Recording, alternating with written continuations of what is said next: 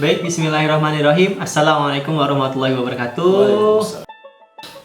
Selamat datang di channel baru saya. Sombong amat. Jadi di sini kita akan membahas sedikit tentang masalah hukum. Mana gue san? Jus. Yang memang terjadi dan banyak dialami oleh masyarakat Indonesia pada umumnya. Semoga bermanfaat.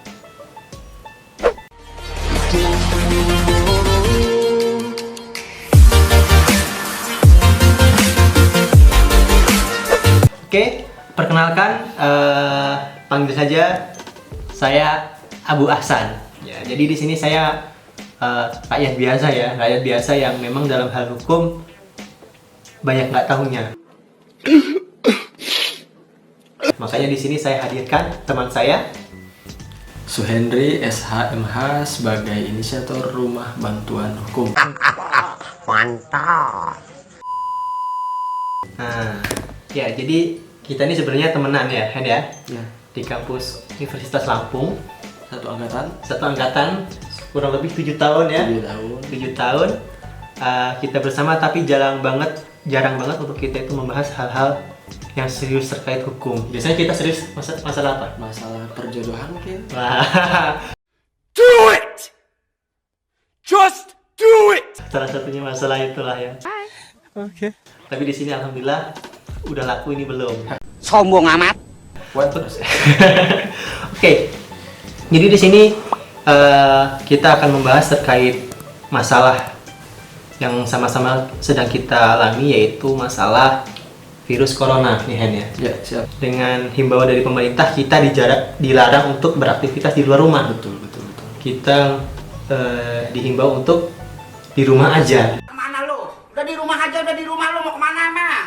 Pada kena virus lu, pada ngayap mulu kerjaan lu. Nah, otomatis kalau kita dilarang keluar rumah, kita dilarang bekerja, ya ekonomi kita akan turun gitu kan. Akan menimbulkan masalah lain. Oke. Nah, makanya di sini kan beberapa hari yang lalu pemerintah mengeluarkan statement ya terkait penangguhan pembayaran cicilan selama 1 tahun. Tapi di tengah himbauan tersebut ternyata Hen, kemarin saya ini ditanya sama tukang martabak gitu kan. Terkait itu kan di pemerintah, presiden sudah mengumumkan bahwa ditangguhkan untuk yang memiliki cicilan. Tapi ternyata di kenyataannya sekarang ini di lapangan sama aja gitu. Tetap dari pihak yang memiliki tanggungan tetap ditagih gitu kan. Dan kalau misalkan mereka beralasan bahwa pemerintah sudah memberikan himbauan itu, dari pihaknya pihak yang memberikan cicilan itu tidak mau tahu gitu. Karena mereka ya beralasan mungkin ya itu kan nggak ada, itu kan dari pusat, nggak ada urusan dari mereka, karena kan kebanyakan kan swasta gitu. Jadi gimana? Ya, menyikapi terkait dengan himbauan pemerintah ya, berkaitan dengan coba untuk merelaksasi bahasanya, melihat keadaan virus yang mewabah saat ini. Ketika kita merujuk ke dalam bahasa hukum adalah bahasa force majeure. Force majeure itu keadaan yang tidak terduga, yang sewaktu-waktu bisa terjadi tanpa ada sebuah prediksi sebelumnya. Nah, di situ sebenarnya himbauan dari pemerintah terkait dengan sebuah penangguhan selama 1 tahun untuk debitur yang memiliki batas maksimal itu 10 miliar, sehingga di bawah 10 miliar itu bisa yang namanya mendapatkan sebuah fasilitas terkait dengan penangguhan tadi. Tapi memang ada beberapa syarat. Pemerintah juga sudah mengeluarkan yang namanya peraturan OJK. Nah, kenapa sih peraturan OJK? OJK ini adalah lembaga yang memiliki otoritas penting yang mengatur tentang lembaga bank maupun non-bank, dan leasing, pembiayaan, dan lain-lain itu termasuk bagian daripada rezim otoritas jasa keuangan melalui peraturan OJK nomor 11 POJK 03/2020 yang mengatur tentang stimulus perekonomian nasional dampak penyebaran corona. Nah, di situ kita sebagai debitur misalkan ya, yang memiliki sebuah cicilan, baik itu motor maupun pinjaman ataupun jaminan BPKB dan lainnya, dengan adanya virus yang seperti ini yang aktivitas kita dibatasi hingga akhirnya kita juga berkurang pendapatan yang setiap bulannya biasanya mungkin bisa untuk memenuhi cicilan sekitar 2 juta sampai 3 juta atau itu yang diistilahkan yang lainnya, ternyata kita tidak lagi bisa memenuhi yang namanya tanggung jawab kewajiban kita itu. Kenapa? Karena memang keadaannya sudah tidak normal lagi. Makanya kebijakan pemerintah ini menjadi sebuah angin segar bagi masyarakat. Namun tidak serta-merta langsung bisa berlaku. Ada beberapa syarat yang memang harus dilengkapi oleh masyarakat untuk yang namanya mendapat sebuah fasilitas penangguhan tadi. Nah, salah satunya diantaranya adalah debitur harus proaktif yang namanya mengajukan permohonan kepada lembaga-lembaga yang dia terkait dengan simpan meminjam tadi. Jadi harus kalau misalnya kita punya cicilan ya kita harus mengajukan. Iya, Kalau kita mengajukan. nggak bisa, gitu Benar. ya. Dan waktu di pengajuan pun ada nanti choice yang diberikan oleh masing-masing lembaga. Misalkan ada yang namanya penurunan suku bunga, perpanjangan jangka waktu, pengurangan tanggungan pokok, atau pengurangan tunggakan bunga. Nah, nanti bakal disesuaikan posisinya sebenarnya pada saat itu apakah benar-benar sudah tidak sanggup lagi membayar keseluruhan atau dia mampu membayar tapi dengan setengah atau sepertiganya. Dan itu nanti bakal diperjanjikan lagi kepada lembaga pembiayaan tadi. Makanya kita nggak boleh yang namanya pasif. Kita menunggu saja, tiba-tiba kita ditagih dan kita kebingungan. Loh, kan kata pemerintah kemarin sudah ditangguhkan. Nah, ini jadi problem yang seringkali timbul pertanyaan-pertanyaan yang seperti ditanyakan oleh Abang Martabak tadi mungkin. Bukankah pemerintah melalui Presiden Jokowi sudah mengeluarkan himbauan? Masyarakat awam kan tahunya sebatas itu. Tapi kan kadang-kadang juga posisi-posisi seperti ini yang berada dalam bargaining yang tinggi, posisi-posisi kuat adalah pemilik modal. Masyarakat sebagai peminjam biasanya terdesak di posisi ini. Dan sayangnya ada juga oknum-oknum yang menakut-nakuti masyarakat. Nah, benar banget. Bahwa mereka mengatakan ini kan himbauan dari pusat, Bu, Pak. Kan belum ada aturan yang mengikat tentang itu. Padahal ketika sudah bicara tentang kebijakan yang dikeluarkan oleh pemerintah, statement itu menjadi sebuah kebijakan publik yang kemudian itu langsung diakomodir melalui peraturan OJK tadi nomor 3 tahun 2020 tentang stimulus yang saya sampaikan tadi.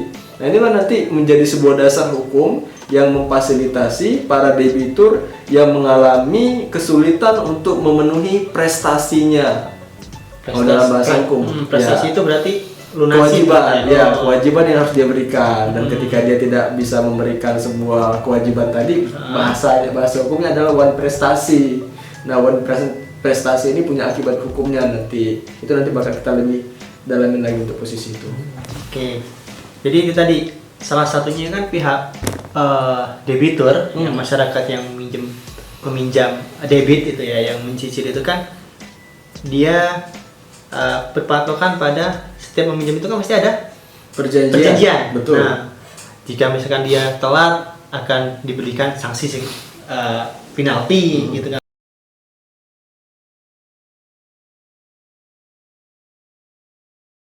Besarnya berapa persen? Betul. Itu kan menakut-nakuti dengan hal itu tuh. Benar. Kan ibu sudah dari pihak masyarakat sudah menandatangani perjanjian, apalagi matre nih. Nah,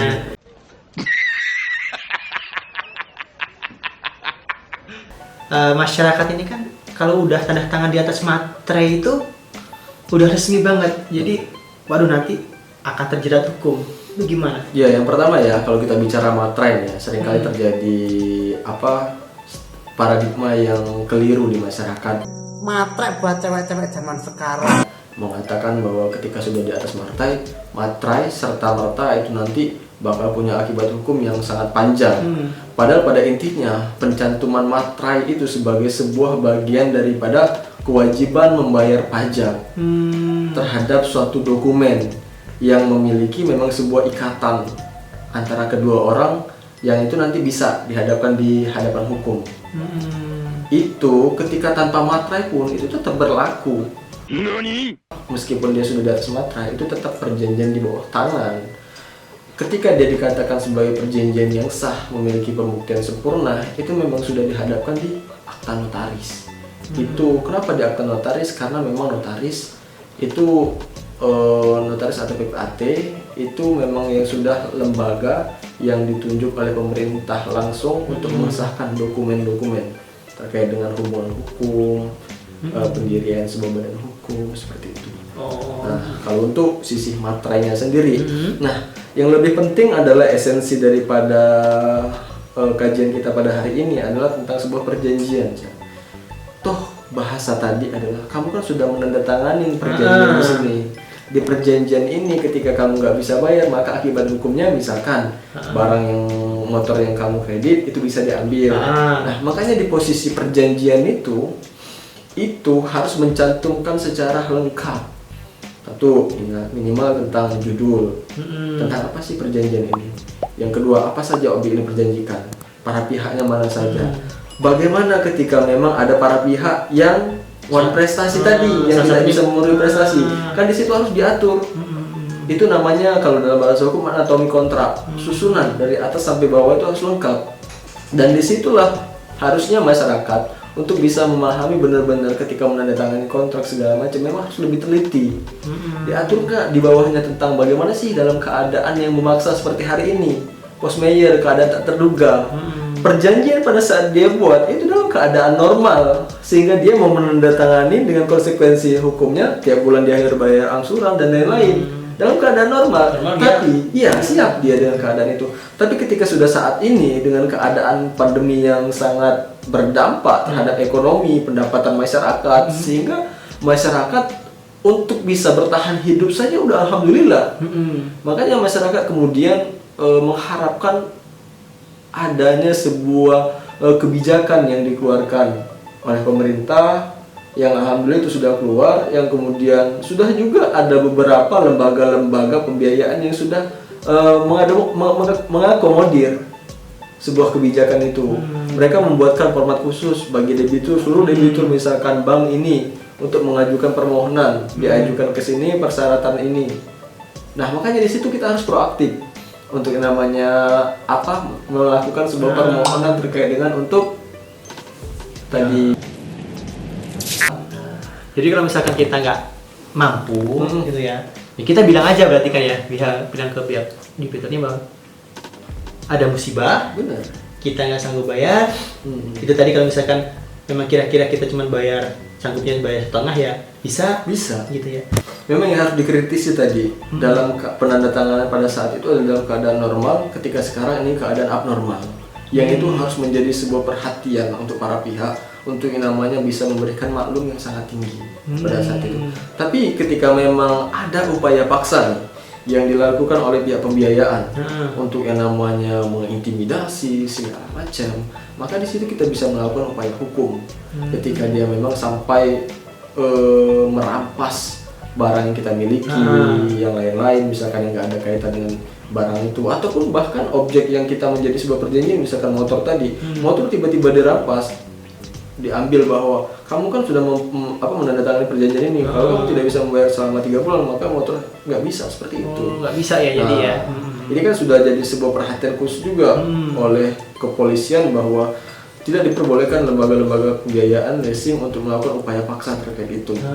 Nah, makanya kita juga untuk menyampaikan bahwa kepada debitur, pada pihak debt collector yang datang, bahwa sampaikan saja, Pak, saya akan mengajukan yang namanya relaksasi atau penangguhan atau restrukturisasi terkait dengan pinjaman yang saya lakukan ini, ataupun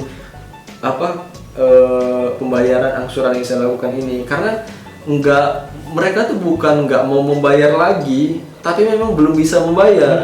Belum sama enggak itu beda loh dari pertanggungjawaban di bidang hukum.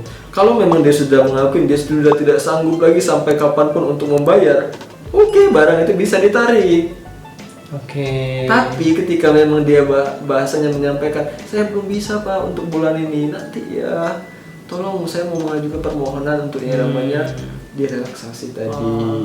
Ketika dia sudah mengajukan itu, maka mau nggak mau harus ini memberikan sebuah fasilitas. Nah, itu diatur. Itu. Kembali lagi berarti memang sekalipun kita itu pihak yang apa namanya meminjam, Ya. itu memang ada perlindungan hukumnya. Ada. Nah, jadi intinya kalau misalkan kita memang nggak kuat untuk membayar, ya kita proaktif, Proaktif. ya kita bisa ajukan keringanan. Betul. Nah, kalau misalkan kita nih ingin mengajukan keringanan itu tuh, kita apakah langsung ke pihak leasingnya itu, atau kita harus ke pihak mana nih? Apakah harus ke polisi atau harus ke Ya, untuk kaitan dengan format permohonannya bisa juga kita fasilitasi untuk yang namanya membimbing mereka. Misalkan di lembaga finance ini ternyata format untuk pengajuannya berbeda dengan yang lain, nanti kita bakal bisa bantu untuk upaya itu kepada para debitur yang membutuhkan bantuan kita untuk membuat format pengajuan permohonan, itu bisa kita bantu untuk proses itu nanti. Piro mas? Orang aku sana. siap? Nanti kita masukkan kalau misalnya memang teman-teman semua ini punya pertanyaan yang terkait dengan hukum perjanjian, Iya, ya, hukum perjanjian perjanjian. terkait ini bisa tanya di kolom komentar, atau nanti kalau misalkan nanti dikasih nomornya, Bisa boleh cantumkan Oke. nomor saya, bisa nanti kita langsung- siap-siap sibuk nih, nanti banyak yang karena tanya. saya juga selain daripada aktif di beberapa kegiatan seperti ini, saya juga melakukan yang namanya kegiatan rutin hari Kamis, konsultasi hukum gratis melalui via WA, telepon langsung ataupun ketemuan, gak jadi masalah. Itu jadi sebuah bagian daripada saya untuk namanya pengabdian secara langsung, jemput bola, hadir ketika memang yang lain belum mengambil diri seperti itu, kita masuk andil di dalamnya supaya apa? Akses keadilan, akses kebermanfaatan itu bisa dirasakan lebih oleh masyarakat. Mantap nih. Jadi udah ada calon belum bro? Bismillah, insya Allah tahun ini bakal finishing. Waduh ya, mohon maaf udah ada calon ternyata. Sombong amat. Oke, baik, terima kasih buat teman-teman semua yang sudah mau menyimak ya. Semoga ada manfaatnya. Jangan sampai kita dipermainkan atau dimanfaatkan oleh orang-orang yang memang dia paham hukum tetapi digunakan untuk menakut-nakuti atau untuk memanfaatkan.